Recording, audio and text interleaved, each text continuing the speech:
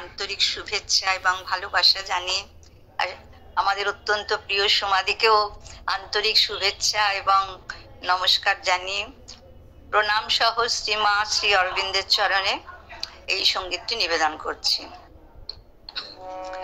ক্লান্তি আমার ক্ষমা করো প্রভু, ক্লান্তি আমার ক্ষমা করো প্রভু, পথে যদি পিছিয়ে পড়ি কভু, ক্লান্তি আমার ক্ষমা করো প্রভু, পথে যদি পিছিয়ে পড়ি কভু, ক্লান্তি আমার ক্ষমা করো প্রভু। এই যে হিয়া থর থর কাঁপে আজি এমন তর, এই যে হিয়া থর থর কাঁপে আজি এমন তর, এই বেদনা ক্ষমা করো, ক্ষমা করো, ক্ষমা করো প্রভু, পথে যদি পিছিয়ে পড়ি কভু,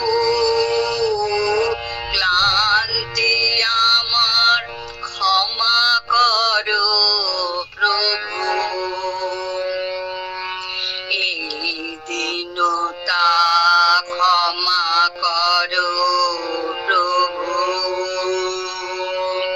পিছন পানে তাকাই যদি কভু, এই দীনতা ক্ষমা করো প্রভু, পিছন পানে তাকাই যদি কভু, দিনের তাপে রৌদ্র জ্বালায় শুকায় মালা পূজার থালায়, দিনের তাপে রৌদ্র জ্বালায় শুকায় মালা পূজার থালায়, শিবলানতা ক্ষমা করো, ক্ষমা করো, ক্ষমা করো প্রভু, পথে যদি পিছিয়ে পড়ি কভু, ক্লান্তি আমার ক্ষমা করো প্রভু, ক্লান্তি আমার ক্ষমা করো প্রভু, ক্লান্তি আমার ক্ষমা করো প্রভু। নমস্কার। ধন্যবাদ বাণীদি। সমাধি, আমরা শুরু করতে পারি?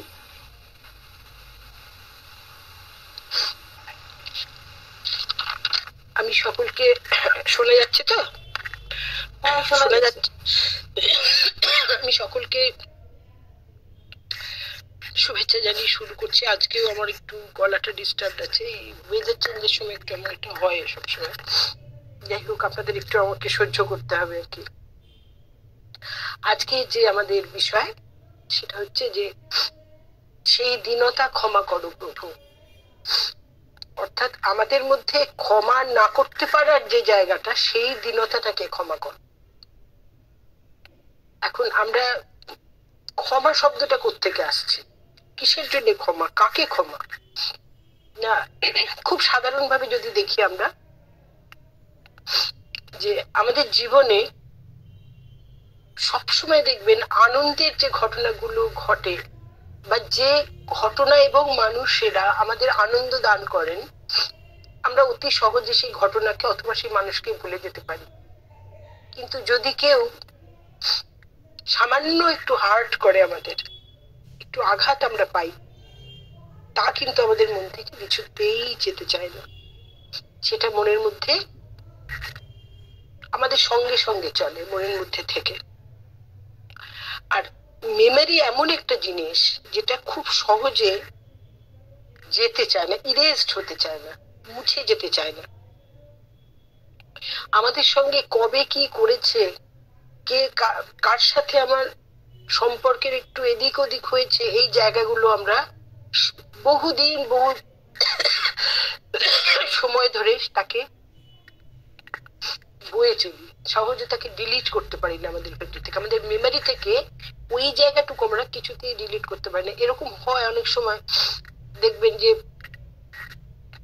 মানে কোনো একটা জায়গায় কোনো একজন মানুষ আপনাকে, আপনার পরিচিত, হয়তো মানে আনএক্সপেক্টেড কোনো ঘটনা হয় আমাদের জীবনে। দেখুন, যাকে চিনি না তার সঙ্গে বা জানি না তাকে, তার থেকে কোনো ভালো ব্যবহার অথবা তাকে ক্ষমা করে দেয়, এগুলো আমাদের আসে না। জেনারেলি এগুলো আসে এক্সপেকটেশন যাদের উপরে থাকে, অর্থাৎ খুব কাছের মানুষের থেকে অথবা পরিচিত কারোর কাছ থেকে আনএক্সপেক্টেডলি যখন আমরা হার্ট হয়ে যাই, তখন সেটা আমাদের এমন ভাবে ভিতরে চলে যায়, মেমোরির মধ্যে গেঁথে যায়, যে সেখান থেকে আমরা বেরোতে পারি না। এই বেরোতে না পারলে কি হয়, কি কি হয় আমাদের, তার একটা উদাহরণ দিই। ধরুন, আমরা রাস্তায় যখন বেরোই, বাইরে যখন বেরোই, বাড়ির বাইরে, আমাদের সঙ্গে অবশ্যই করে যেটা থাকে, থাকতো আগেও, এখনো থাকে, সেটা হচ্ছে পার্স। এখন আমি পার্সের জায়গায় মোবাইলটা মাস্ট, সুতরাং মোবাইল ধরুন কি পার্সে ধরুন, সেটা আমাদের সঙ্গে সবসময় থাকে।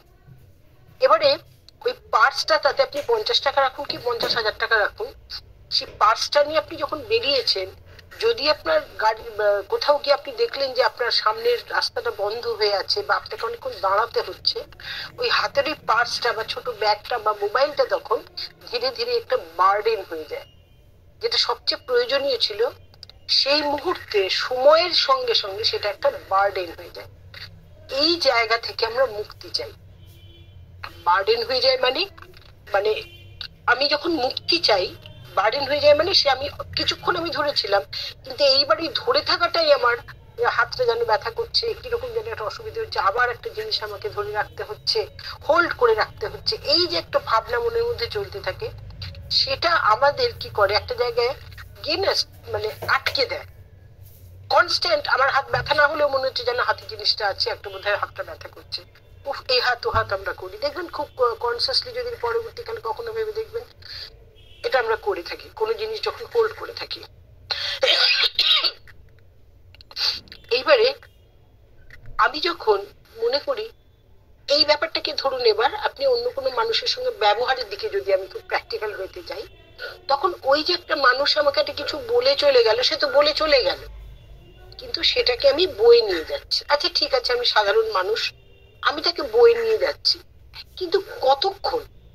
তার মানে আমি যেটা ধরে আছি, আমার পার্সটা 5 মিনিট 8 ঘন্টাটা বড় কথা নয়, কিন্তু আমাকে যদি একইভাবে কনস্ট্যান্টলি ওটা 2 ঘন্টা 2.5 ঘন্টা ধরে থাকতে হয়, তখন it becomes a burden to me. তখন ওটা আমার কাছে একটা ভার হয়ে যায়। তখন আমার সেই মুহূর্তে কি মনে হয় যে বাবা, এটাকে একটু নামিয়ে রাখলে হতো। এই যে নামিয়ে রাখতে হতো, এটাকে ইংরেজিতে বলে লেট গো করে দেওয়া, যাকে যা হয়েছে ছেড়ে দাও। এইটাকে আমি যখন যদি করতে পারতাম, তখন আমরা নিজেদের কাছে যেটা হই, তখন আমরা নিজেকেই নিজে কম্প্যাশন, আমাদের নিজেদেরকেই আমরা নিজেরা করুণা করি। আমি করুণা করলাম কোন জায়গাটাকে, না আমার শরীরের যে অংশটা ব্যথা পাচ্ছিল তার প্রতি আমি কম্প্যাশনেট হয়ে গেলাম। তার মানে ফরগিভ, ক্ষমা শব্দটা অনেক পরে আসবে, ক্ষমার আগে অনেকগুলো জায়গা আমাদের পেরোতে হবে। তার মধ্যে প্রথম যেটা আমরা দেখলাম, যে আমাদের নিজেদের প্রতি বি কম্প্যাশনেট টু ইয়োরসেলফ, তোমার নিজের প্রতি তুমি কম্প্যাশনেট হও। এই যে আঘাতটা কেউ দিয়ে চলে গেল, সে চলে গেছে, কিন্তু আমি সেটা বয়ে বেড়াচ্ছি, আমার ভেতরটি কষ্ট দিচ্ছি, আমার নিজেকে আমি কষ্ট দিচ্ছি, আমার কাজের ক্ষতি হচ্ছে। তো আগে তুমি নিজের প্রতি করুণাশীল হও, তারপরে অন্য কিছু হবে। সো তখন আমি সরি, ফলে ওই যে ছেড়ে দেওয়া, লেট গো করে দেওয়া, ওটা আমার নিজের জন্য। তাই আমাদের আজকের বিষয়টাই হচ্ছে যে ক্ষমা যদি করতে হয় কাকে ক্ষমা করব, অন্য কাউকে নয়, সেটা আমরা ধীরে ধীরে যাব। এইটা নয় যে আমি কোন জিনিসকে ধরে আছি, আমাদের মাথায় রাখতে হবে আমি কতক্ষণ তাকে ধরে আছি। যে কোনো ব্যাপারে দেখবেন ছেড়ে দিন, আচ্ছা ঠিক আছে, আমরা যদি ছেড়ে দিন মানে আমরা যদি ছেড়ে দিতে পারি, আচ্ছা ঠিক আছে এটা হয়েছে, ওকে ইটস ওকে, ঠিক আছে যেটা হয়েছে এটা হয়ে গেছে, ইটস পাস্ট। আমরা এইভাবে দেখতে পারি না। যতক্ষণ আমরা না পারবো ততক্ষণ কিন্তু এইটাকে আমরা নিজেদের প্রতি নিজেরা করুণা দেখাতে পারবো না। নিজের প্রতি আগে সেটাকে মানে কম্প্যাশনেট হতে হবে নিজের প্রতি, আমার নিজের যে জায়গাটা অসুবিধা হচ্ছে তার প্রতি। এইবারে ফরগিভ করে দেওয়া পরে আসছে। আমরা যখন ক্ষমা শব্দটা বলি তখন এই যে বললেন না, এই দীনতা ক্ষমা করো প্রভু, রবীন্দ্রনাথ বললেন পিছন পানে তাকাই যদি কবু। পিছন পানে আমাদের সবসময় আমরা এগিয়ে যাচ্ছি, যে জিনিসটা আমরা স্টাক করে রেখেছে পিছন দিকে, যেটা আটকে রেখেছে ওই দিকটাতে আমি যদি পিছন দিকে তাকালেই আমার প্রবলেম। এইটাই আমার দীনতা, এইখান থেকে আমাকে বেরোতে হবে। এই ফরগিভনেসটা মানে হচ্ছে সেই জিনিসটাকে থামিয়ে দেওয়া। ধরুন কারুর কাছ থেকে যদি আমি কারুর অ্যাকশনে যদি তার কাজে আমি যদি আঘাত পাই বা কিছু হয়, তাহলে সেই মানুষটাকে বা সেই ঘটনাটাকে সেখানে থামিয়ে দেওয়ার নাম হচ্ছে ফরগিভনেস, ক্ষমা করে দেওয়া। আমরা যেই বললাম যে ঠিক আছে ক্ষমা করে দেওয়া হলো, যদিও শব্দটা বলা হয়েছে এটা খুব দৈবিক একটা কোয়ালিটি ফরগিভনেসটা, কিন্তু সেটার অনেক রকম ফের আছে, সেটা আমরা ধীরে ধীরে যাব। আমরা কি করলাম না, তাকে থামিয়ে দিলাম। এই কেন থামিয়ে দিলাম না, আমি যে শান্তিটা চাইছি, আমি পিস চাইছি, এবং এই পিস যে আমি চাইছি সেটা চাইবারও একটা স্টেট থাকে মানুষের। কোনো মানুষ আছে মানে অনন্তকালই আপনি তাকে দেখবেন যে তার ভুরু কখনো সোজা হলো না, এই ভ্রুযুগল সবসময় একটা যেন চিন্তিত, দুঃখিত, ব্যথিত এরকম ভাবে থাকেন। অনেক মানুষকে দেখবেন তাদের ভেতরে একটা খুব লিমিটেড, একটা খুব সীমায়িত একটা জায়গা থাকে, সেইখান থেকে যদি কেউ বেরোতে না পারেন তখন তিনিই কষ্টটা পান, আর কিন্তু অন্য লোকের কিছু হয় না। এখন আমি যদি শান্তি চাই, আমি ফরগিভ এই শব্দটা আসে কারণ আমি শান্তি চাই, কারণ আমি ওই জায়গাটাকে ওখানে থামিয়ে দিতে চাই, আমি আর এগোতে চাই না, আমি ছেড়ে দিতে চাই ওখানটাকে। এই যখন আমি এটা চাইছি তার কারণ হচ্ছে যে আমি যে শান্তিটুকু চাইছি সেই শান্তিটা অন্যের মধ্যে ম্যানিফেস্টেড হোক। অর্থাৎ আমি যেই মনে করলাম যে ঠিক আছে ও যেটা করলো ওটা করে ফেলেছেন তিনি, আমরা সেগুলো অনেক পরে অনেক উচ্চ চেতনায় গিয়ে সেই জায়গাটা আমরা যেতে পারবো, কিন্তু যেহেতু আমরা যোগের পথে আছি এটা আমাদের প্র্যাকটিস তো করতে হবে। তখন আমরা দেখবো যে ধীরে ধীরে যে না, এটা ওইভাবে দেখার কথা না, আমি যে শান্তিটা চাইছি অন্য মানুষটার মধ্যে আমি তাকে ম্যানিফেস্টেড হতে দেখতে চাই, ওই শান্তিটা তার মধ্যে না এলে আমি আমার মধ্যে শান্তিটা পাবো না। ভিয়েতনামের একজন মঙ্ক, ভিয়েতনামি মঙ্ক আর কি, তার বই আমি পড়েছি থিক্স নাথ হ্যান, অসামান্য মানে লেখা তার। এবং তিনি মানে যখনই ফরগিভনেস এর কথা আসে দুজনের কথা বলতেই হয়। এখন বুদ্ধা, যার কাছ থেকে বুদ্ধদেব, যার কাছ থেকে আমরা ক্ষমার শব্দ মানে ভীষণ ভাবে ওতপ্রোত জড়িয়ে, ভিয়েতনামি যে মঙ্ক, ওনারও অদ্ভুত লেখা আছে বিভিন্ন ধরনের মাইন্ডফুলনেস এর উপরে লেখা ওনার ম্যাক্সিমাম। সেইখানে উনি একটা জায়গায় বলছেন যে তুমি যখন রাস্তা দিয়ে হাঁটছো তুমি as if you are kissing the soil, the ground. আমরা যখন খুব দর্পে হেঁটে চলে যাই জুতো পরে, উনি বলছেন এমন ভাবে হাঁটো সেটাও যেন মনে হয় যে প্রকৃতির বুকে, পৃথিবীর বুকে তুমি যেন তাকে কিস করছো, তাকে চুম্বন করছো, তাকে আঘাত করছো না। That should be hour attitude. কিন্তু আমরা তো সেই জায়গাটা পারি না। তিনি একবার বলেছিলেন তার যে যখন নিউক্লিয়ার ওয়েপেনের বিরুদ্ধে যুদ্ধ হচ্ছিল, গ্রিন পিস নামটা হচ্ছে পিস, গ্রিন পিস, কিন্তু উনি একটা বলেছেন যে আচ্ছা যারা পিসের জন্য লড়াই করছে তারা এত অ্যাংরি কেন, এত রেগে থাকছে কেন? দেখুন শব্দটা হচ্ছে লড়াই করছে ওয়ার্ড, কিন্তু তার সঙ্গে উনি বলছে রেগে থাকছে কেন। দেখুন গীতার সেই আমাদের সেই জায়গায় আমরা যাব ধীরে ধীরে, যেখানে বলা হচ্ছে যে তুমি যুদ্ধ যদি করতে হয় সেটা তোমার কর্তব্য কর্ম বলে করো, কোনো হেট্রেড থেকে নয়, কোনো ঘৃণাবশত কিছু নয়, রাগ থেকে নয়। সুতরাং আমাদের এই যে কোয়ালিটি গুলো ধীরে ধীরে নিজেদের মধ্যে আসতে হবে। এইবারে এই ফরগিভনেস এর মধ্যে, ক্ষমা শব্দটার মধ্যে আমরা তিন ভাবে দেখবো ক্ষমাকে। কিরকম ভাবে? একজন হচ্ছেন কেউ ক্ষমা করেন, ক্ষমা চাইছেন, ক্ষমা প্রার্থী অথবা ক্ষমা করছেন। এর মধ্যে তিনটে গ্রুপ, তিন ধরনের জায়গা থাকতে পারে। একটা হচ্ছে যে ভীষণ রকম সে তামসিক, যে তামসিকতা থেকে যে ক্ষমা যিনি চান বা ক্ষমা করেন তিনি, বা ক্ষমা মানে যিনি করেন এবং চান দুটোই, সেটা হচ্ছে একটা তামসিকতা, আমার দরকার নেই বাবা, ছেড়ে দিয়ে যা হয়েছে ছেড়ে দাও, ও দরকার নেই আমার। আর একটা হচ্ছে যারা রাজসিক, তারা কি করেন, তারা কিন্তু মানে বিরোধ করবেন, অ্যাগ্রেসিভলি বিরোধ করবেন, তারা হচ্ছে রাজসিক। আরেকজন হচ্ছেন রাজসিক এবং সাত্ত্বিক, দুটো। সেটা কিরকম? যেহেতু সাত্ত্বিক এবং রাজসিক, রাজসিক মানে তার মধ্যে বিরোধিতা থাকবেই, বিরোধিতা সে করবেই, বিরোধ করার জন্য রাজার ধর্ম তাকে পালন করতে চাইবে সে, কিন্তু তার সাথে যেহেতু সাত্ত্বিক ধর্মটা মিশে থাকে তাই জন্য তার অ্যাকশনটা অনেক কন্ট্রোলড হবে। অর্থাৎ ক্ষমা যিনি চাইবেন এবং ক্ষমা যিনি করবেন, দুজনের মধ্যে এই ক্যারেক্টারটা, এই ফরগিভনেসটা বোঝা যাবে যে তিনি কোন জায়গা থেকে, কোন স্টেট অফ মাইন্ড থেকে এই জিনিসটা, এটা মাইন্ডের কথা বলছে, স্টেট অফ মাইন্ড থেকে এটা করছেন। আর একটা যেটা নিয়ে মাস্টার অরবিন্দের কথা, যেহেতু সেখানে হচ্ছে সাত্ত্বিক, প্রয়োজনীয় আমি জানি যে এখানে আমার ভায়োলেন্সের দরকার ছিল কিন্তু সেটা আমি করবো না, আমি জানি আমার সে ক্ষমতা আছে, আমি জানি অন্যদিকে মানুষটাকে আমি আঘাত করতেই পারি এবং তাকে আমি বসিয়ে দিতে পারি, কিন্তু আমি সেটা করব না।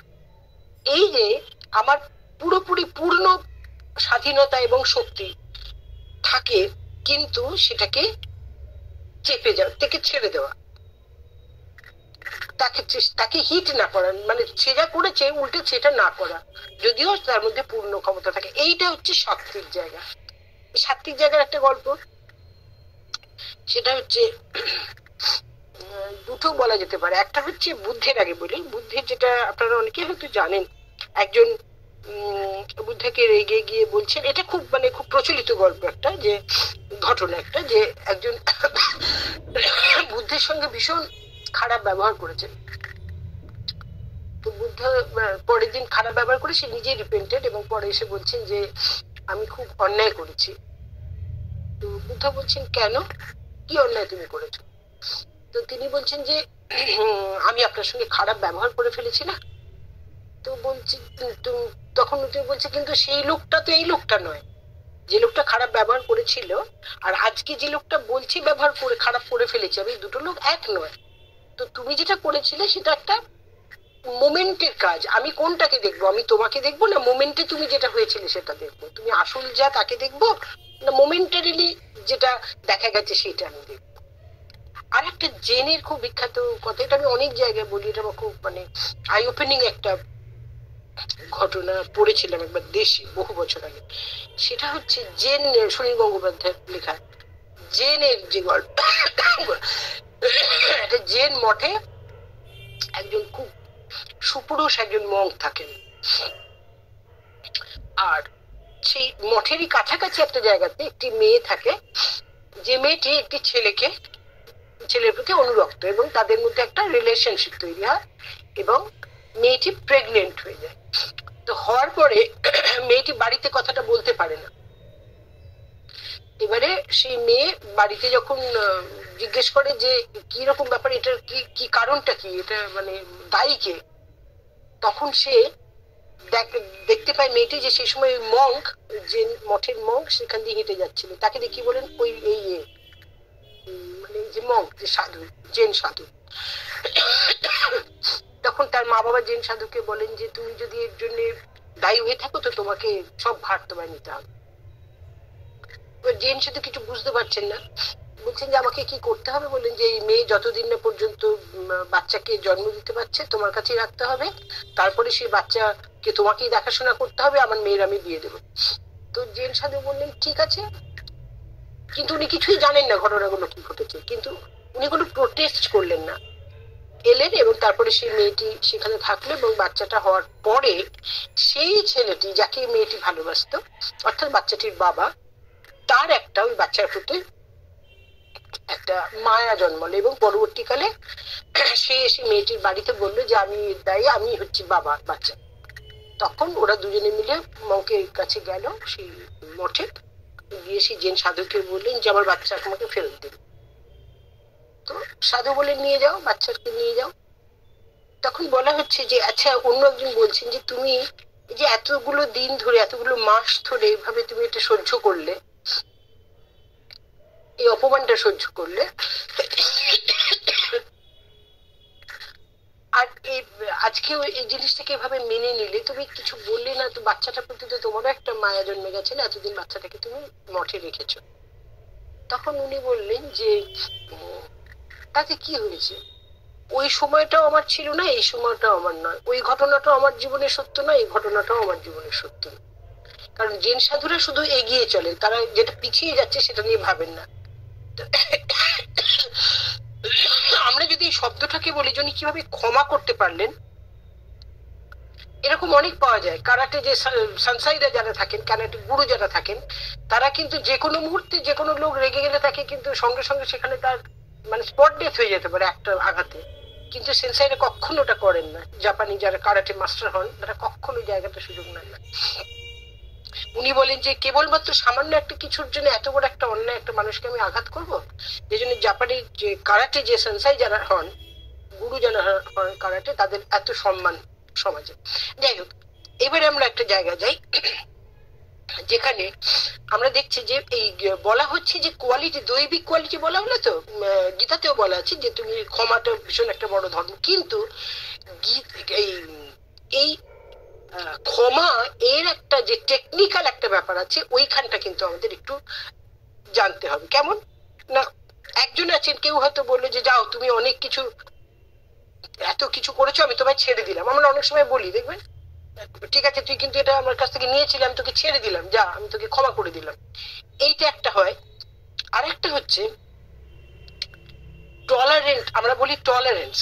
টলারেন্স এই শব্দটা কিন্তু আমরা খুব ব্যবহার করি, সহ্য করা, কিন্তু এই সহ্যটার মধ্যে একটা বিপুল একটা জায়গা থাকে। সেটা কিরকম না, এই টলারেন্সটা যখন কোন মানুষ টলারেট করে, অ্যাকচুয়ালি তো টলারেট করা যায় না কাউকে। একজন মানুষ একজন মানুষকে টলারেট করছে, শব্দটাই খুব ইনসাল্টিং না? কেউ কাউকে টলারেট করছে, এই কথা শব্দটা আমাদের মানে সমাজে না আসাটাই ভালো।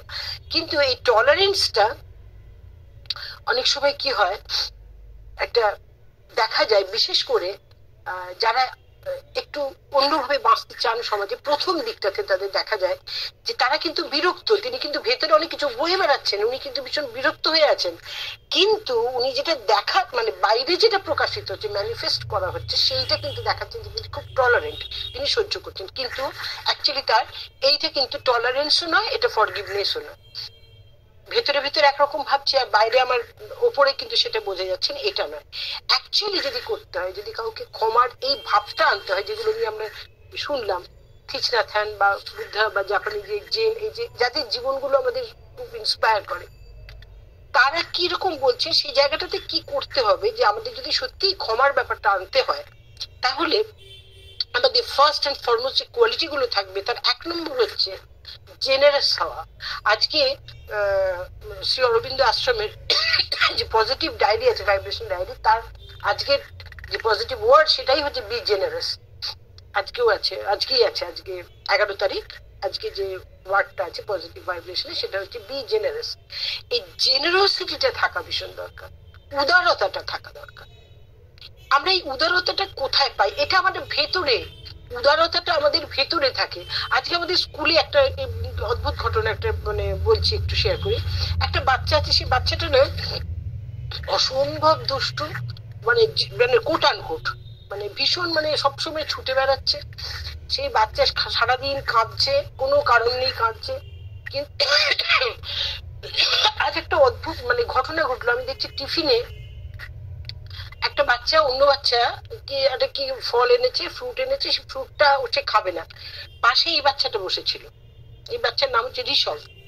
ঋষভ ওই পাশের সৌনককে বলছে তুমি আপেলটা খাবে না, তুমি আমার টিফিনটা খেয়ে নাও।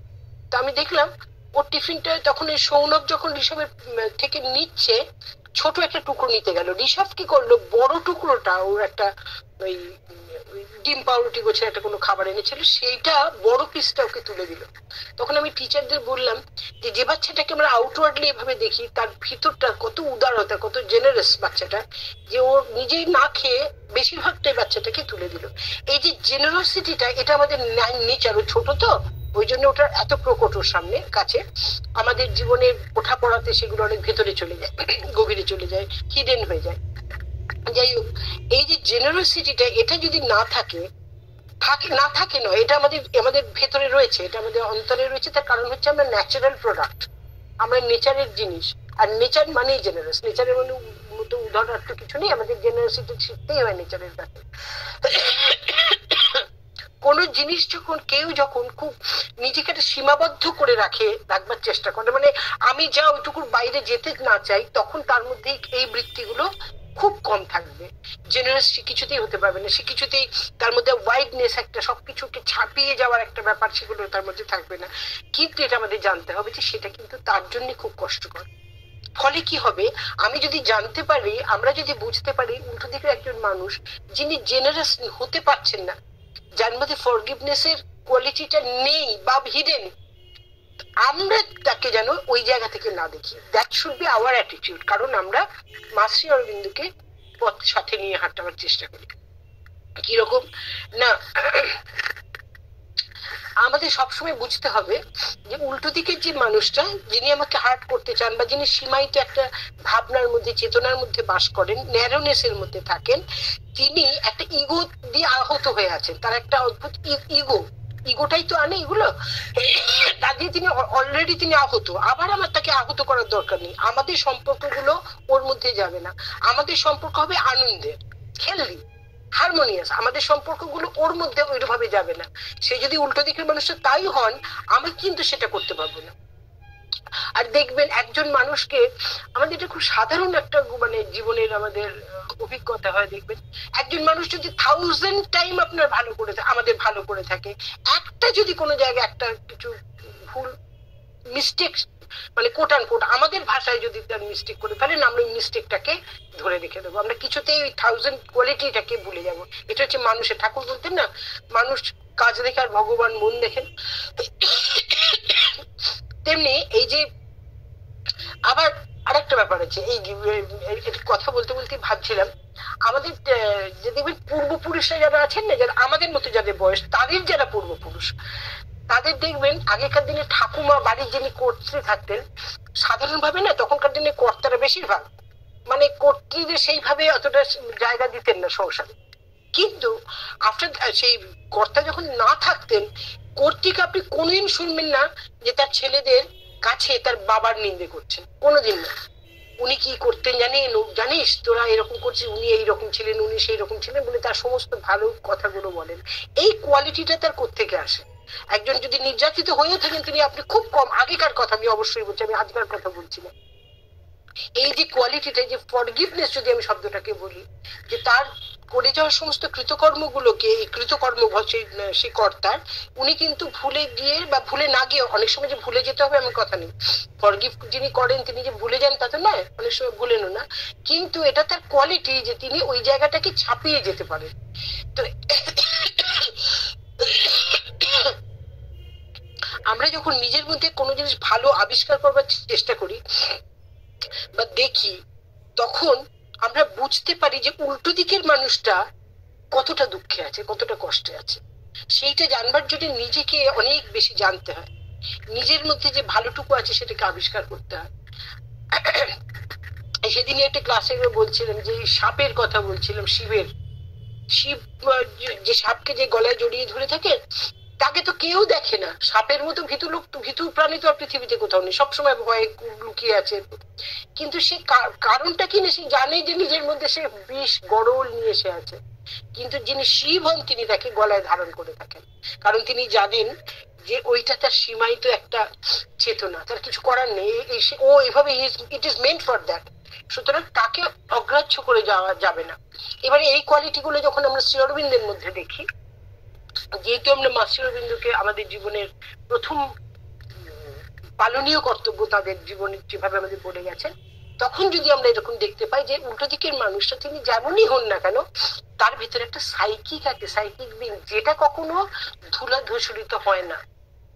উনি যেটা করছেন এটা বাইরের, তার আকৃতির বাইরের বহিরঙ্গের কাজ এগুলো, তার অন্তরে তার সাইকিক কখনো এরকম ন্যারোনেস তার নয়, সাইকিকের কোয়ালিটি এগুলো নয়, তার ভিতরে এইটা আছে। তাহলে আমি যখন কাউকে ফরগিভ এই শব্দটা বলবো, ফরগিভ করতে গেলে নিজেকে ফরগিভ করা ভালো, কাউকে বাইরের কাউকে ফরগিভ করা যায় না।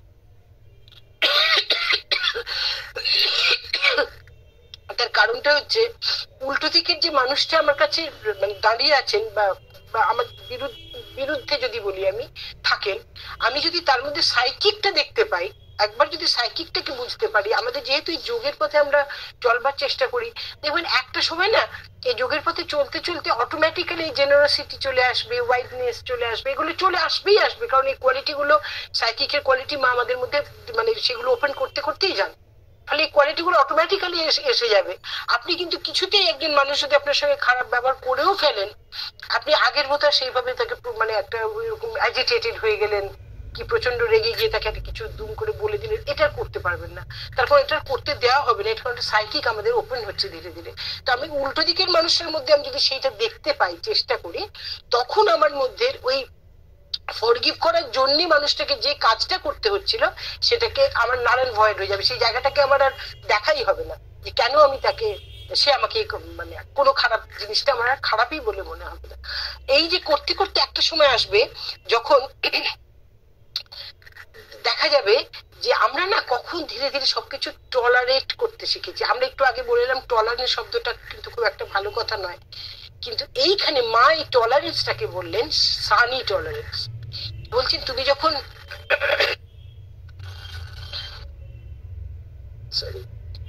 তুমি যখন শোনা যাচ্ছে তো? হ্যালো, শোনা যাচ্ছে? হ্যালো, শোনা যাচ্ছে? দিদি শোনা যাচ্ছে, সমাধি শোনা যাচ্ছে। আপনার যদি খুব কষ্ট হয় তাহলে কিন্তু আপনি মানে সংক্ষেপ রাখতে পারেন, হ্যাঁ ঠিক আছে, অসুবিধা নেই, একটু করে নিই, আমি তো এইটা তো লেগেই থাকে সবসময়। যাই হোক, এখন এই টলারেট এটাকে মা বলছে সানি টলারেন্স। সানি টলারেন্স কি? যখন আমি আবিষ্কার করি যে আমার উল্টো দিকের মানুষটা যা করছে, যেটা আমাকে বেদনা দিতে পারে, যার জন্য ফরগিভনেস কথাটা আসতে পারে, ক্ষমা করে দেওয়ার ব্যবস্থা কথা হতে পারে, সেই জায়গাটাকে আমি দেখবো না, আমি তার ভেতরে হিডেন যে সাইকিক তাকে দেখতে শিখবো। যখন আমরা এইভাবে যখন দেখবো তখন আমার মধ্যে যে টলারেন্স আসবে, সেইটাকে বললেন সেটা হচ্ছে জেনারেস হবে, সেটা খুব উদার একটা ব্যাপার হবে, এবং সেখানে টলারেন্স শব্দটা যদি থেকেও যায় সেটা হবে সানি টলারেন্স। তাই যখন মানুষকে আমরা ক্ষমা এই শব্দটার মধ্যে দিয়ে যাব, তখন আমরা দেখব যে আমাদের ভেতরে এই কোয়ালিটি গুলো ধীরে ধীরে ধীরে ধীরে এসে যাবে, টলারেন্স আসবে, জেনারসিটি আসবে, ওয়াইডনেস আসবে, এগুলো ধীরে ধীরে আস্তে আস্তে একটা সময় আর ফরগিভ করার শব্দটাই আমাদের প্রয়োজন হবে না। আপনি ভাবুন না, নেচার, আপনি নেচারকে দেখি তো সবচেয়ে বড় মানুষ জেনারেস হয় না। আমরা কি বলছিলাম একটু আগে, ছোট বাচ্চাটার মধ্যে যে জেনারেসিটিটা আমরা দেখলাম আজকে, যে মানে আমি আজকে যেটা এক্সপিরিয়েন্স করলাম, এটা প্রায়শই হয় কিন্তু আজকেও মানে কোইন্সিডেন্টালি আজকে এটা করলাম এক্সপিরিয়েন্স। তো এই যে নেচারের মধ্যে আপনি দেখেছেন, আপনি ঢিল ছুঁড়ে আম পাচ্ছেন, আমরা ঢিল ছুটছি, গাছটাকে ঢিল দিয়ে আঘাত করছি, গাছটা কিন্তু আমাকে আমই দিচ্ছে, সে কিন্তু ঢিল ছুটছে বলে ঢিল কিন্তু আপনাকে দেবে না। আপনি খুব কম দেখবেন যে গাছ পড়ে, যে পরিমাণ গাছ আমাদের এখানে পড়ে ঝড়ে, গাছ পড়ে আহত হওয়ার সংখ্যা খুব কম হয়। মানে এত সুন্দর তাদের জেনারসিটি, এত সুন্দর তাদের মানে ভেতরের গঠন, যে কোনোভাবেই সে কাউকে আঘাত করতে চায় না। খুব হয় না তা নয়, প্রচুর হয়ও হয়তো, কিন্তু সেটার সংখ্যা যে পরিমাণ হওয়া উচিত, যে পরিমাণ গাছ আমাদের চতুর্দিকে, সেই পরিমাণে কিন্তু হয় না। আমরা কিছুদিন আগে যে রামপাটে দেখেছি প্রচুর গাছ পড়েছে, গাছও গাড়িও হয়তো নষ্ট হচ্ছে, কিন্তু প্রচুর মানুষ যে ওই গাছের জন্য ক্ষতিগ্রস্ত হয়েছে, তো এমনটা বোধ হয় নয়, কখনো করে না। নেচার কখনো কাউকে এভাবে আঘাত ফিরিয়ে দেয় না। আমি সবসময় আমার একটা ভীষণ ভালো লাগার একটা জায়গা হচ্ছে ওই পাখিদের উড়ে যাওয়া একসাথে, পরিযায়ী পাখিরা বা এই যে কালি বক না কি বলে, ওই যে হাঁসগুলো উড়ে যায় একসাথে, একটা জায়গা থেকে আরেকটা জায়গায় উড়ে যায়, একটা অদ্ভুত সুন্দর সুন্দর শেপ হয়, ভিয়ের মতো শেপ হয়, শেপ করে যে উড়ে যায়, কি জেনারেস, একজনকে সবাই ফলো করছে, সে যদি একটু পিছিয়ে পড়ে পিছনের জন গিয়ে তাকে এগিয়ে নিয়ে যাচ্ছে, সে কিন্তু গিয়ে বলছে না যে আমি ফার্স্টে ছিলাম আমাকে ফার্স্ট লাইনটা ছেড়ে দাও, বলে না কখনো। প্রত্যেকের মধ্যে যেন ক্ষমাটা নেচারের মধ্যে এমন সুন্দরভাবে থাকে। দেখুন নদী বয়েই যাচ্ছে, আমরা জল নষ্ট করেই যাচ্ছি। জল বছর 3 আগে শোনা গেল যে মাটির নিচে জল একেবারে শেষ হয়ে এসছে, আর এই 2023-24 থেকে আর জল পাওয়া যাবে না। নেচার কিন্তু কোনো না কোনো ভাবে হিমবাহ গলিয়ে টলিয়ে ঠিক জলের ব্যবস্থা করে যাচ্ছে। আমাদের জ্ঞান সীমিত, তাই জন্য আমরা বুঝতে পারছি না। কিন্তু এই যে জেনারেস এই যে ব্যাপারটা, এইটাই সবচেয়ে এখন মানে দামি জিনিস, যেটা আমাদের ভীষণভাবে প্রয়োজন এই মুহূর্তে। আমাদের বাঁচার জন্য এই কোয়ালিটি গুলো আমাদের ভীষণ প্রয়োজন। জেনারেসিটি, উদারতাটা ভীষণ প্রয়োজন আমাদের মধ্যে। এটা এত কমে গেছে। মা বলছেন যে সবসময় আমাদের যে তিক্ততা, যার থেকে ক্ষমা শব্দগুলো, ক্ষমা করতে হয় মানুষকে, যে তিক্ততা আসে মানুষের সঙ্গে মানুষের সম্পর্কে, এইটা না পুরোটাই হচ্ছে সারফেসের, বাইরের। আমাদের ভিতর যে অন্তর, যে আমাদের যে সাইকিক, আমাদের যে সোল, সে সবসময় তো পূর্ণ ভালোবাসায়। তো তুমি তাহলে কাকে ক্ষমা করবে? উল্টো দিকের যে মানুষ, তার ভেতরে যে সোল, যে সাইকিক, সে তো পূর্ণ হয়ে আছে ভালোবাসায়। তো আমি তো তাকে যদি দেখতে পারি, তাহলে আমি কাকে ক্ষমা করব? আমার মধ্যে সে ক্ষমা করার ক্ষমতা কোথায়? একজন সাইকিক আর একজন সাইকিককে কি করে ক্ষমা করতে পারে বা ক্ষমা চাইতে পারে? সুতরাং আমাদের যা কিছু এই ক্ষমা সম্পর্কিত যা কিছু যে কাজগুলো আমরা ভাবি যেটাকে ক্ষমা করা প্রয়োজন বা ক্ষমা চাইতে হবে, সবগুলো কিন্তু আমাদের সারফেসের ব্যাপার। অন্য মানুষটার মুখোশটার আড়ালে তার যে অন্তরটা, সেটা যদি আমরা দেখতে পারি, তখন এই শব্দগুলো আমাদের জীবনের আসে না। আমাদের জীবন হয়ে যায় জেনারাস, আমাদের জীবন হয়ে যায় ওয়াইড। এইভাবে যখন আমরা এইভাবে যদি চলতে চলতে একটা সময় যখন আসবে, আপনি দেখবেন এই যে কুকুর বিড়াল রাস্তায় ঘুরে টরে না, বা বাড়িতে অনেক সময় পোষ্য থাকে না, আপনি রাস্তার কুকুরদেরও দেখবেন। আমি যেমন খুব একটা বেশি বাড়িতে এই ধরনের পোষাটা খুব একটা আমার অসুবিধে মনে হয়, কারণ তাদের একটা আলাদা চেতনা থাকে। তো যাই হোক, রাস্তাতে যখন কুকুর টুকুরকে যাচ্ছে, আপনি যদি কোনোদিন একদিন একটু খাবার দেন, কোনোদিন যদি খাবার দেন, সে কিন্তু আপনার দরজায় এসে বসে থাকবে। সে আপনাকে দেখে একবার মুখটা তুলে একবার ডাকবে, কিন্তু তারপরে সে আপনার দরজার কাছে এসে বসে থাকবে, অ্যাজ ইফ সে আপনার গার্ড দিচ্ছে। আমরা কি করেছি না, তাকে হয়তো কোনোদিন একটা ভুলক্রমে তাকে একটু খেতে দিয়ে দিয়েছি রাস্তায়। এই যে উদারতাটা, এই যে ছোট্ট জিনিসটাকে পেয়ে তাকে এত বড় করে ফিরিয়ে দেওয়াটা। আমাদের কি হয়, আমাদের দুটো শ্রেণী আছে মানব সমাজের। একটা হচ্ছে গিভার, যে একজন মানুষ দিয়ে যাচ্ছে সে চায় না কিছু। আর একটা দল আছে যারা শুদ্ধ নেওয়ার জন্য বসে থাকে। এইটা একটা জায়গা হয়ে যায়। এবং নেওয়াটা একটা খুব সুন্দর, সেদিন শুনলাম একজনের টকে, খুব ভালো লাগলো। বলছেন যে দেখুন, যখন কেউ দেয় তখন তার হাতটা উপরে থাকে, যেন সে আস্তে আস্তে উপর দিকে হাতটা তুলতে পারে। আর যে নেয়, সে হাতটা কিন্তু সোজা করে নিচের দিকে থাকে, অর্থাৎ সে ক্রমশ যেন নিচের দিকে ভারে সে জিনিসের ভারে যেন নিচের দিকে চলে যায়, ডিসেন্ট করে যায়। আর যে দেয়, সে যেন অ্যাসেন্ট করতে থাকে।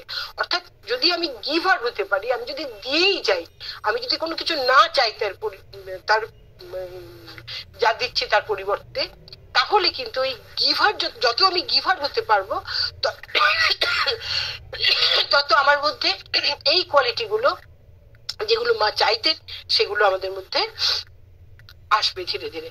এবং আমরা এই যোগের পথে চলতে চলতে এর ভেতর দিয়ে আমরা যাবো এমন একটা কনসাসনেস এর মধ্যে দিয়ে আমরা জায়গায় উপনীত হবো, যেখানে মানে ভাস্টনেস এগুলো আমাদের সঙ্গে থাকবে। আর একটা কথা হচ্ছে, আমরা জীবনে চলার পথে যাই করি না কেন, যেভাবেই চলি না কেন, ক্ষমা প্রার্থী হয়ে কি ক্ষমা করি, দুটো যে অঞ্চলেই আমি থাকি না কেন, আমার সমস্ত কাজ যেন এরকম হয় যে যোগের যে ফায়ার আমাদের ভেতরে যে অগ্নি প্রজ্বলিত হয়ে আছে, তার মধ্যে যেন আমি সবসময় এমন জিনিস দিই, এমন জিনিস সেই ফায়ারের মধ্যে আমি দিতে পারি যাতে আমাকে উত্তরণে সাহায্য করে। ফায়ারটা যেন জ্বলে, তাকে নিভিয়ে না দিই। যেটা জ্বলবে কি করে? আমি যত জেনারেস হবো, আমি যত ওয়াইড হবো, আমি যত ভাস্টনেস আমার মধ্যে থাকবে, আমি যত উদার হব, তত আমার মধ্যে এই জিনিসগুলি, কোয়ালিটি গুলো বাড়বে। এইটাই আমাকে নিয়ে যাবে। জানেন তো, যারা ভালোবাসতে না পারে, এরকম বহু মানুষ আছে, জানেন আপনি, দেখবেন খুব কষ্ট হয় এখন, মানে এই বয়সে এসে, যে কোনো মানুষ আছে না, সারা জীবন কাউকে বিশ্বাস করতে পারলেন না, কাউকে না, কাউকে না।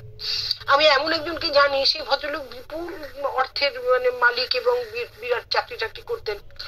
তার স্ত্রী বলছেন যে আমি না, ও যে অসুস্থ হয়েছে, নার্সিং হোমে গেছে, অপারেশন হবে, আমি ওর কিচ্ছু জানি না যে আমি টাকা তুলবো, আমাকে যদি এটিএম থেকে টাকা তুলতে হবে, আমি কিছু জানি না আমি কি করে টাকাটা তুলবো।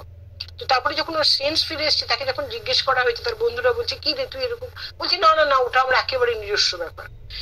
কতটা নিজস্ব, কাকে নিজস্ব বলে সেটাও উনি জানেন না। এটা ভালোবাসা, বিশ্বাস, এগুলো না অনেকে পারেন না, ভালোবাসতে পারেন না, বিশ্বাস করতে পারেন না, কিন্তু তারা প্রতিটা মুহূর্তে খারাপ থাকেন। কারণ এই জগৎ সংসারটা তৈরি তো বিশ্বাস দিয়ে, ভালোবাসা দিয়ে, প্রেম দিয়ে। আমি যত তার বিরোধিতা করবো, আমি তত তাকে পিছনে ফেলে হাঁটতে চাইবো, তত আমার ক্ষতি, তত আমি পিছিয়ে যাব। একবার মাকে একজন রেগে গিয়ে বললেন যে মা তাকে গোলাপ দিয়েছেন আশীর্বাদ করে, তো মা তাকে সে গোলাপটা ছুঁড়ে ফেলে দিয়ে মাকে বললেন যে আমি জানি তুমি আমাকে কত ভালোবাসো, তুমি আমাকে তো ভালোবাসো না, তুমি আরেকজনকে ভালোবাসো বলেছো। আমরা হলো কি বলতাম, কে বলেছে তুমি জানো না আমি তোমাকে কত ভালোবাসি, তাই তো? কিন্তু মা কি বললেন? মা বললেন তুমি জানো না যে তুমি আমাকে কত ভালোবাসো। মানে কোন কোন জায়গা থেকে দেখলে, কত উচ্চতা থেকে দেখলে এই কথাটা বলা যায়।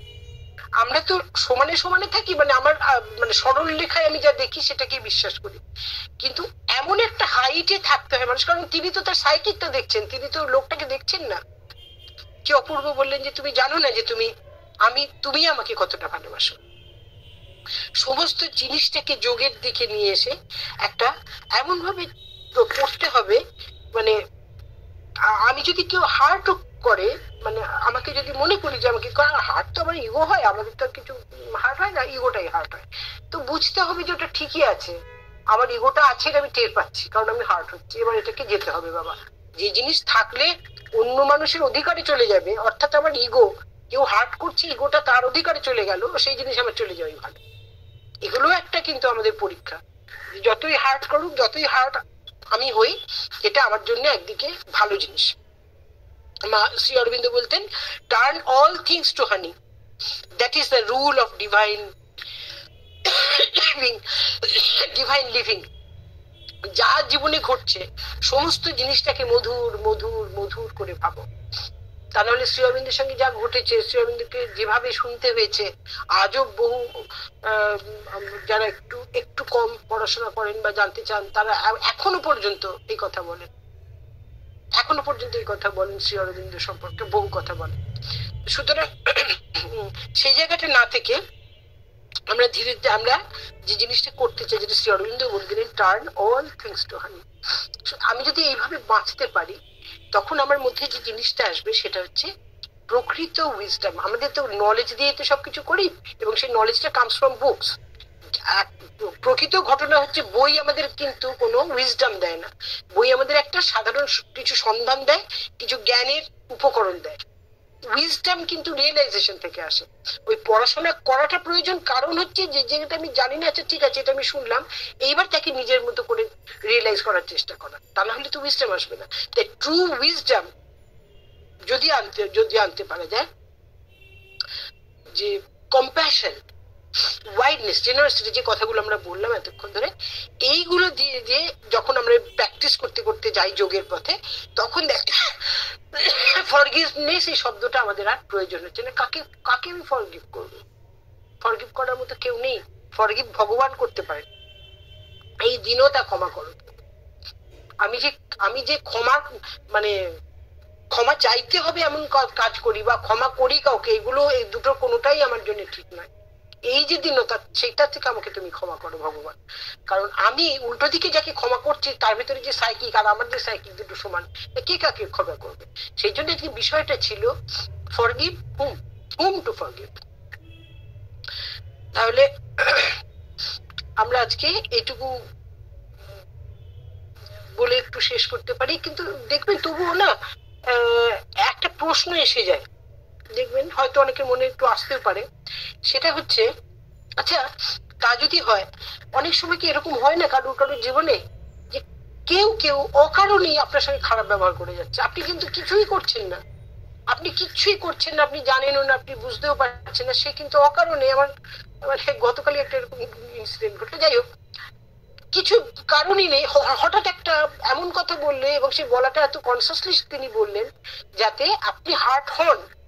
কিন্তু আমরা যদি যোগের পথে থাকি, যদি মনে করি যে যিনি বলছেন এই কথাটা তিনি আমাকে হার্ট করার জন্যই বলছেন, কিন্তু আমি কেন এটা শুনবো, আমি তো ওই লোকটাকে দেখছি না, আমার ভেতরে যে সাইকিক তার ভেতরে একই ভগবান বসে আছেন, ওইখানে ওই সিংহাসনে মা বসে আছেন, তো আমি তার কথাটা শুনে কেন তার উপরে বিরক্ত হবো বা রাগ করবো বা তার প্রসঙ্গে কোনো খারাপ কথা ভাববো।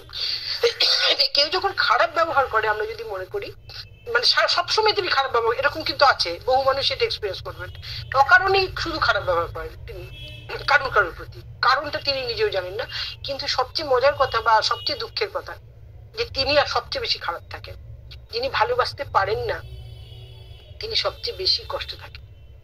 আমাদের মধ্যে যদি মায়ের এই যোগের পথে থাকতে থাকতে একটা সময় যখন আমরা এই যে কোয়ালিটি গুলো আমাদের মধ্যে আসবে, যে আমরা সহ্য মানে টলারেন্স, সানি টলারেন্স মা যাকে বললেন, সানি টলারেন্স আমাদের মধ্যে আসবে, উইজডম আসবে, প্রজ্ঞা, শুধু জ্ঞান নয়, বই পড়া জ্ঞান নয়, প্রজ্ঞা যখন আসবে আমাদের মধ্যে, উদারতা যত আসবে, এটা আসতে বাধ্য, কারণ আমি চলছি তাকে নিয়ে, আমার ভেতরে সেটা রয়েছে এবং নেচার আমাকে ওটা ইনবর্ন, এটা আমার ভেতরে ঢেলে দিয়েছে নেচার আমার মধ্যে, শুধু বাইরে একটা আবরণ পড়ে যাচ্ছে সাধারণ জীবনে চলার জন্য। তো সেইগুলো যদি যখন প্র্যাকটিসের মধ্যে দিয়ে আমরা যোগে থাকবো, তখন whom to forgive, how to forgive, কাউকে ফরগিভ করার মতো কিছু থাকবে। আজ এখানে শেষ করি, যদি কারো কিছু অ্যাটেন্ড করার থাকে একটু বলতে পারেন, তন্ময় আজকে যদি কিছু বলতে পারেন।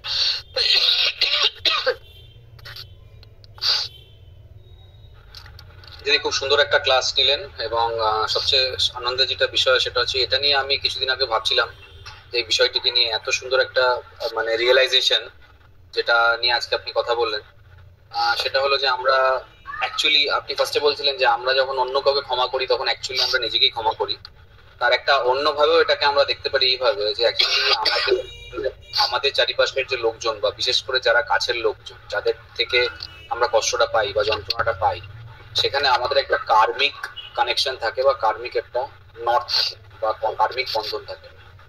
এবারে সেই কার্মিক বন্ধনগুলো কেন থাকে, তার কারণ হচ্ছে কি আমরা কোনো না কোনো ভাবে কোথাও না কোথাও মানে কারোর জন্য মানে একটা কোথাও একটা হয়তো হেট্রেড বা ঘৃণা বা কোথায় একটা জায়গা মানে দ্য ফ্লজ ইন ডিউটি ইত্যাদি নানান কিছু থাকে আমাদের দোষগুলো, যেগুলোকে আমরা দেখতে পাই এবং সেইগুলো থেকে যায় হয়তো এই জন্মে বা আমাদের আগের জন্ম ঘটে এসছে। তার ফলে যেটা হলো যে আমরা অনেক সময় এরকম ভাবে বুঝতে পারি না যে আমার সাথে এটা কেন হচ্ছে, আমার সঙ্গে এই ব্যক্তি খারাপ ব্যবহার করছে বা কি করছে না করছে। তো বেসিক্যালি আমরা এখানে যদি এইভাবে দেখি যে আমি আমার ওই সেলফটাকে ক্ষমা করছি যে সেলফটা কিন্তু অ্যাকচুয়ালি বিউটিফুল ছিল না, আমি আমার সেই সেলফটাকে ক্ষমা করছি যে সেলফটা কিন্তু মধ্যে ভালোবাসার অভাব ছিল, আমি সেই সেলফটাকে ক্ষমা করছি যে সেলফটা অ্যাকচুয়ালি রেসপেক্ট দিত না কাউকে, বা আমি সেই সেলফটাকে ক্ষমা করছি যে কিনা অন্যকে সাহায্য করতে চাইতো না, আমি সেই সেলফটাকে ক্ষমা করছি যে কিনা অভিমানী ছিল, আমি সেই সেলফটাকে ক্ষমা করতে চাইছি যে কিনা মানে চট করে তার মধ্যে শর্ট টেম্পারনেস ছিল, তার চট করে রেগে যেত, চট করে তার মধ্যে অ্যাঙ্গার এবং ইগো স্পার্ক করতো, আমি সেই সেলফটাকে ক্ষমা করতে চাইছি। তো বেসিক্যালি যেটা আমরা দেখতে পাই জগতে সমস্ত কিছুই আমাদের কাছে একটা মিরর বা একটা মিররের মতন, এবং সেখানে আমরা আমাদের নিজেদেরকেই দেখতে পাই অন্যভাবে। যদি গভীর আমরা ধ্যানস্থ হই তাহলে আমরা দেখতে পাবো যে আমরা আমাদের সাথে যা কিছু খারাপ করছে সেটা কোনো না কোনো ভাবে আমার হয়তো মানে আমার ভেতরে রয়েছে এবং সেই জিনিসগুলোকে কারেক্ট করার জন্যই আমার সাথে এই জিনিসগুলো করছে। তো যখনই রিয়েলাইজেশনটা হয় তখন আমরা বুঝতে পারি যে অ্যাকচুয়ালি আমরা নিজেদেরকেই ক্ষমা করাটা জরুরি এবং তার মধ্যে একটা প্রশান্তি আসে এবং তার মধ্যে অনেক বেশি মাধ্যমে অনেক বেশি স্থিরতা আসে আমাদের ভেতরে। হ্যাঁ একদমই, হ্যাঁ কথাটা ঠিকই, কারণ কি বলতো মানে তুমি ঠিকই বললে যে তখন ওই যে মানুষটার প্রতি আমাদের যে ব্যাপারটা হয়েছিল, হয়তো কোনো নেগেটিভ একটা মানে অ্যাটিটিউড হয়ে গিয়েছিল, তো সেই জায়গা থেকে তুমি আমরা বেরিয়ে আসতে পারি, কিন্তু সেই মানুষটা নাও বেরোতে পারে, সেই যার সঙ্গে ঘটনাটা ঘটেছে তিনি হয়তো বেরোচ্ছেন না, কিন্তু সে তার না বেরোনোটা যেন আমাকে আর কোনোভাবে আঘাত না করে, আমি যেন বেরিয়ে যেতে পারি, কারণ আমরা individual, every soul is a different মানে ইন্ডিভিজুয়াল আইডেন্টিটি এগুলো। সুতরাং আমাদের এরকম হবে না, কারোর জন্য কেউ আটকে যাব না কখনো, আটকে যাওয়ার কোনো মানেও নেই, আর কারণও নেই, আর সায়েন্সও নেই, বিজ্ঞানও নেই। আরেকটা যেটা তুমি বললে খুব ঠিক কথা, যে ধরো এই কাজে যে কার্মিক যে কথাটা বললে না, এটাকে যদি আমি একটু অন্যভাবে বলবার চেষ্টা করি বা ডিফাইন করি, যে আমরা যে মেমোরি গুলো আমাদের মধ্যে থেকে যায়, যে এই যে ঘটনাগুলো ঘটেছে, তুমি যেটা বললে যে আমরা কিছু করে ফেলেছি, কিছু হয়েছে, এগুলো হয় আমার কাজের জন্য, আমি যা আজকে যা পাচ্ছি তার জন্য আমিই দায়ী, আর পৃথিবীর কেউ দায়ী না। কিন্তু সেইটা যখন আমার সামনে রিফ্লেক্টেড হয়, যেহেতু আমি এই জীবনে ওই জিনিসটা চাইছি না, তাই ওর মধ্যে, উল্টো দিকের মানুষটার মধ্যে আমি সেটা দেখতে চাইছি না, আমি তার মধ্যে আমারটা, কারণ আমি যে শান্তিটা চাই সেই রিফ্লেকশনটা আমি অন্য লোকের মধ্যেই দেখতে চাই। তার ফলে আমরা আমাদের চেষ্টাটা তখন হয় যে ওই লোকটাকে আমার মতো করেই দেখার চেষ্টা করা, এবং সেটার জন্য সেখানে হেল্পার হিসেবে মা থাকেন। কিন্তু আর কি হয় জানো তো, মানে এই ব্যাপারগুলো এমন একটা জায়গায় চলে যায় মানুষের, এই মেমোরির মধ্যে গেঁথে যাওয়াটা এত খারাপ না, ওটা যেহেতু ডিলিট করা যায় না, ওটা আলটিমেটলি বিকামস এ সংস্কার, এটা একটা সংস্কারের মতন হয়ে যায়। মানে সেই লোকটাকে সহ্য করতে পারছো না, তো তার বাড়িটাও যেন তুমি তার দিকে তাকাতে পারবে না, এরকম একটা হয়ে যায়, এমন সিচুয়েশনে মানুষ পড়ে যায়, এত অন্ধকারের দিকে ক্রমশ, কারণ তোমাকে আমাদের টানে, পিছন দিকে টেনে নিয়ে যায়, সামনের দিকে এগোতে দেবে না বলে। ওই জায়গাটাকে বাঁচবার, আমাদের নিজেদের বাঁচার জন্যই আমাদের এই ফরগিভনেসের দরকার, কাউকে কাউকে ক্ষমা করার জন্য না, নিজের জন্য। ঠিকই বলেছো একদম, অ্যাবসলিউটলি।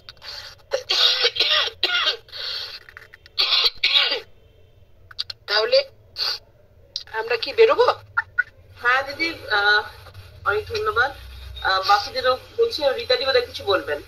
না, আমি আর কি বলবো, আমি তো মানে এই বসন্ত উৎসবের আমাদের দুদিন ধরে চললেই, বাল্মীকি প্রতিভা জাস্ট শেষ হলো, তখন অনেক বেজে গেছে, তো তখনই জাস্ট একটুখানি আগে বললো, তাও চলতে চলতে পথে আর কি কোনটা কানে লাগিয়ে কাজেই আমি তো মিস করলাম। আমরা কিন্তু পলাশ মিস করছি না রীতাদি। হ্যাঁ, আমি পলাশও কুড়িয়েছি আজকে, পলাশ শিমুল মাকে দিয়েছি, শ্রীকৃষ্ণকে দিয়েছি, তাহলে দিয়ে এসছি। খুব ভালো, তুমি তো ওখানে আছো খোঁজ জায়গায়। তাহলে আমরা আজকে ছাড়ি রূপা। কিন্তু তেমন কিছু লাভ এগুলো খুব মন দিয়ে দিয়ে শুনতে শুনতেই কথা চলছে। থ্যাংক ইউ রীতাদি। ধন্যবাদ সোমাদি, অনেক ধন্যবাদ। রীতাদি পরে আশা করি পুরো রেকর্ডিংটা শুনে নিয়ে তিনি আরো ভালো করে কথা বলতে পারবেন। হ্যাঁ, ঠিক আছে, সবাইকে শুভরাত্রি। সবাইকে ধন্যবাদ, মানে পলাশের শুভেচ্ছা দিয়েছিলাম। ধন্যবাদ রীতাদি, শুভরাত্রি।